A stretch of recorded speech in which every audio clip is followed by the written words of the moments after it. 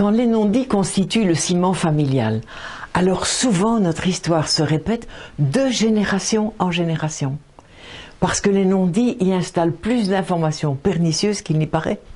Car ils laissent des vides qui sont rapidement comblés par le récepteur, c'est-à-dire celui qui écoute aux portes, et lequel va combler les silences par son propre imaginaire. Et souvent c'est plus art que la vérité toute crue. Je me souviens d'une jeune femme sympathique, ouverte, drôle, et qui durant la séance s'est révélée être quelqu'un d'anxieux, de perturbé, et qui m'a avoué s'être créé un personnage imaginaire pour fuir l'énorme responsabilité qu'elle portait sur le dos. Son personnage imaginaire était quant à lui une sorte de fée pleine de malice, qui aimait la vie, la drôlerie, la fuite en avant, l'irresponsabilité. Quand la jeune femme se réfugiait dans ce personnage, elle pouvait enfin respirer, faire des projets, avoir des plaisirs enfantins. Et lors du travail, un énorme secret de famille a pointé le bout de son nez.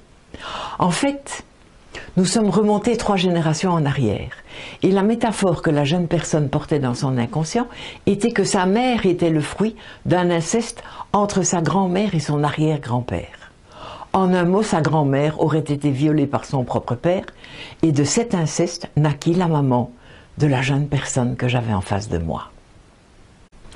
Mon objectif aujourd'hui n'est pas de faire la lumière sur les secrets de famille, mais si je parle de cette histoire en particulier, c'est pour mettre en évidence que certains traumatismes impliquent parfois la responsabilité de beaucoup de monde, et de beaucoup de monde étalé sur une ou plusieurs générations.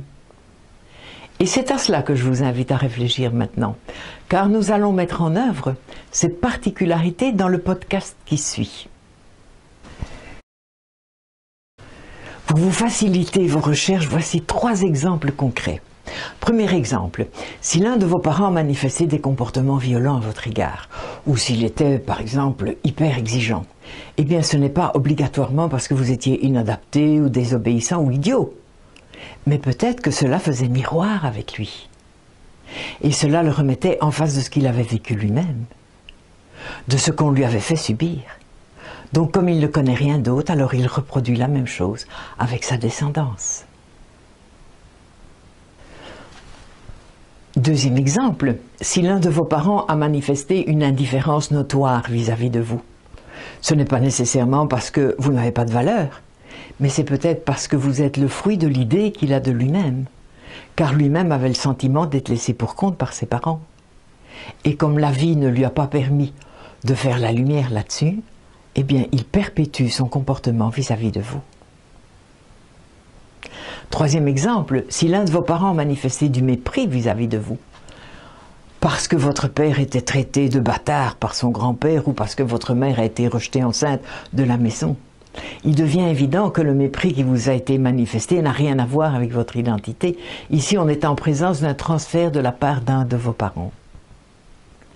Alors nous allons utiliser une remédiation qui met en scène les parents et les grands-parents. Qu'ils soient vivants, qu'ils soient décédés, n'a pas d'importance, puisque nous ne travaillons quand même pas sur les vraies personnes, mais sur les personnages virtuels qui vivent dans notre inconscient.